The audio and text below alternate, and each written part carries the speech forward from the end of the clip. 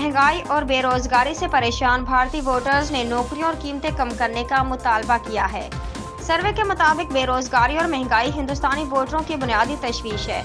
नताइज से पता चलता है कि हिंदुस्तान की आलमी तरक्की के फवायद उसके 1.4 बिलियन लोगों के लिए यकसा तौर पर नहीं फैले हैं, क्योंकि मोदी के मुकामी मैन्युफैक्चरिंग को पिछले 10 सालों में बढ़ाने के बावजूद मुलाजमतों की तख्लीक अब भी एक चैलेंज है।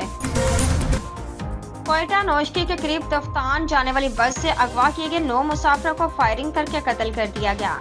पुलिस जराये का कहना है कि नौशकी के करीब तफ्तान जाने वाली बस से अगवा किए गए 9 मुसाफिरों को कत्ल कर दिया गया है। मकतूलीन की लाशें कौमी शाहराह के करीबी पहाड़ी इलाके में पुल के नीचे से मिली हैं। इस्लामाबाद ईद उल फितर के मौका पर वफाकी हुकूमत ने महंगाई के सताए अवाम को अप्रैल के बिजली के बिलों में कमी की खुशखबरी सुना दी। वफाकी वज़ीर तवानाई अवैस लिगारी ने अपने बयान में बताया कि अप्रैल की बिजली के बिलों में 3 रुपये 82 पैसे फी यूनिट कमी हुई है।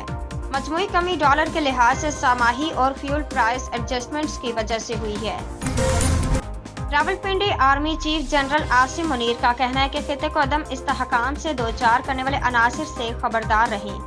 पाक फौज के शोबे ताल्लुकात आमा ISPR के मुताबिक army chief general Asim Munir ने शुमाली वज़ीरिस्तान मीरान शाह और स्पेन वाम में जवानों के साथ ईद मनाई और ईद की नमाज अगले मोर्चों पर जवानों के साथ पढ़ी।